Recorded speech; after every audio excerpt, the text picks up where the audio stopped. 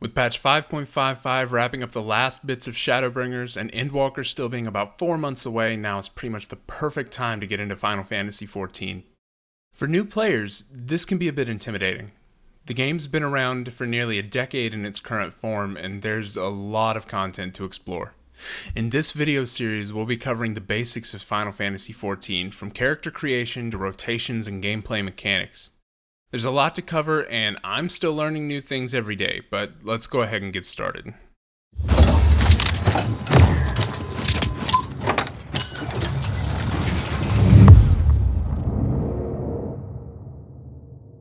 One of the first things you're going to do upon logging in for the first time is choose your server.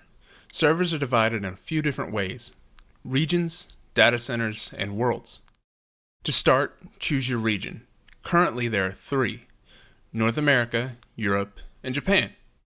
In patch 6.1, the first major patch after Endwalker is released, they'll also be adding Oceania servers, so that players in New Zealand and Australia don't have to play on North America or Japan.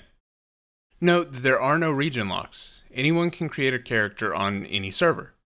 The downside here is always going to be ping.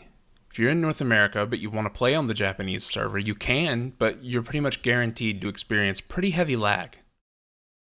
After you know what region you'll be playing in, choose your data center. Each region has a few to choose from, and this determines what worlds you can create your character on. Each world is different, not in the gameplay or the world building or the lore, but in the community. Each world has its own economy and culture. Some worlds are popular and kind of hard to actually make a character on, while others are, well, we stay away from them. Kidding. Each world is mostly the same, but it may have its own quirks or memes. When choosing your world, you may notice that some worlds are preferred while others are unavailable. Some may actually be both. If a world is unavailable, that just means that the world is congested. There are too many people online right now, or too many people creating characters on that world. If you really want to create your character on a specific world and it's unavailable, just give it some time. It may take up to a few hours, but if you keep refreshing the server status page, eventually there will be space. Preferred worlds actually have a pretty huge benefit to them, and that's why you'll often see that they're congested or a lot of players are making characters there. A world becomes preferred when it has a lower population density or they want to encourage players away from other worlds for a while. Creating a character on one of these servers comes with a buff called the Road to 70. For 90 days after character creation, playing any class under level 70 grants you double experience. This bonus is applied after other bonuses like your armory bonus or free company buffs, and we'll talk more about those later. Some people don't like this simply because they end up way overleveled. It's especially nice for leveling alternate characters, but anyone can create a character to get this buff. In addition, playing on a preferred world also grants you 15 days of bonus playtime the first time you hit level 30 on a job. Now that we're through with servers and worlds, we can get to the fun part: creating your character. There are 8 races to choose from: Hure, Elezen, Lalafell, Rugadin, Aura, Mikote, Hrothgar, and Viera. Each race has a male and female variant, with the exception of Hrothgar and Viera. Currently, Hrothgar are male only, and Viera female, but that will change. In Endwalker, male Viera will be added as a playable race, with female Hrothgar planned in the future. Your choice of race has no effect on the gameplay. While each race does have racial stats, they're pretty much insignificant. Also, unlike other MMOs, your starting zone is not determined by your race, but instead by your class, effectively making your choice here entirely cosmetic. Note that each race does have unique emote animations, and as of right now, Hrothgar and Viera have very, very limited options for hats and headgear. Each race is further divided into 2 clans, which determines some pretty minor characteristics about your character. When you choose to make an Aura, for example, you'll choose to hail from either the Ryan or the Zayla clan.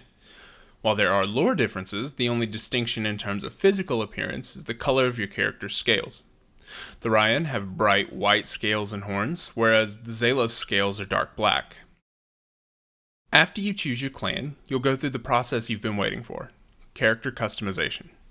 The character creator is fairly robust, so take your time. If you decide later on that you don't like the way your character looks, don't worry.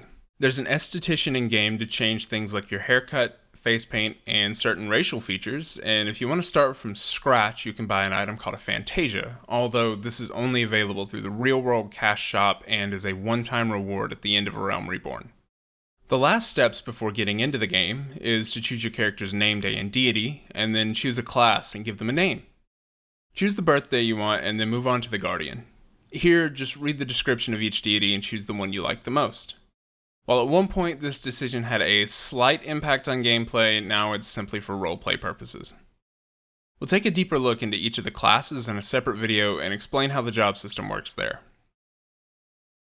There are some guidelines for naming your character. First and last name must each be between 2 and 15 letters, and they can't be more than 20 letters combined.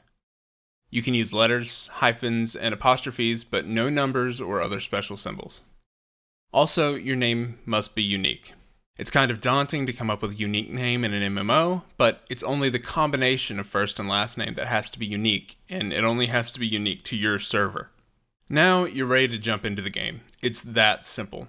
Check out the next video for a more in-depth explanation of how the class job system works and an overview of each job. Thanks so much for watching the video. If you liked what you saw, be sure to subscribe and hit the bell icon to get notified whenever I upload. Now, go and enjoy your new life as the Warrior of Light.